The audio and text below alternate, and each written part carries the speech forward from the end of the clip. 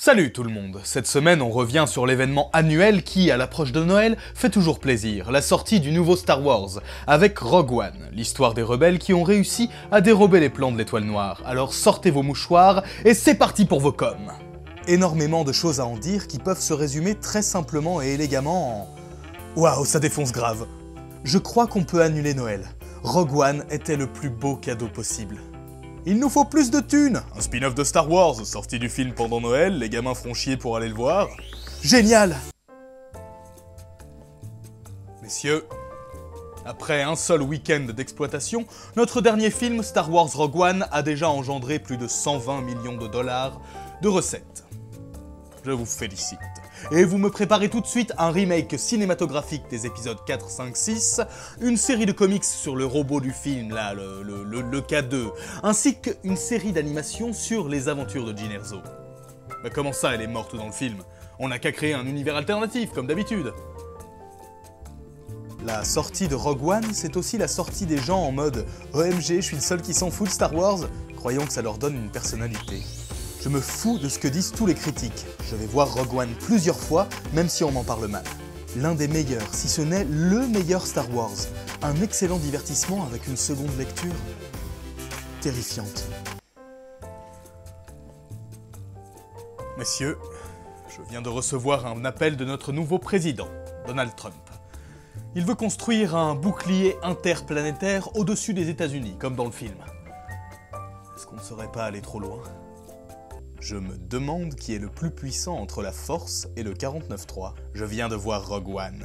On y a prononcé mon nom, j'ai crié de joie. Puis Dark Vador est apparu, j'ai hurlé. Bref, j'ai mal à la gorge. Rogue One est parfait pour moi, je n'ai pas regardé un seul Star Wars. Je suis tout à fait d'accord avec toi, hein. Quand on n'a vu aucun film Star Wars, Rogue One est incroyable, hein, d'autant plus que... Mais attendez, c'est bien un film Star Wars, Rogue One. Il y a vraiment beaucoup de cosplay de George Lucas dans ce cinéma. Ah non, c'est juste des putains de hipsters. Même si tu sais qu'ils vont réussir à avoir les plans de l'Étoile Noire, tu ne peux t'empêcher d'avoir peur pour eux. I'm one with the Force and the Force is with me. Berthier, comment ça se passe au niveau de la catchphrase qu'on a essayé de passer dans le film? Tout le monde la répète sur les réseaux sociaux et il y a même certaines personnes qui se plaignent de leurs potes. Parfait. Rogue One n'était pas fou ou aussi bon que l'épisode 7, mais j'adore qu'on ait des nouvelles héroïnes dans chaque film.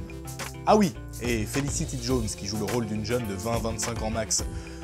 On la voit ta trentaine. Alors messieurs, j'ai encore un tout petit problème avec le résultat final du film. Comment se fait-il que vous ayez réussi à rajeunir Carrie Fisher d'à peu près une quarantaine d'années pour Leia, mais que l'héroïne ait toujours l'air d'avoir 30 ans alors qu'elle en a 25 ? On peut dire tranquille que Rogue One lave l'affront que fut cette bouse de Star Wars 7.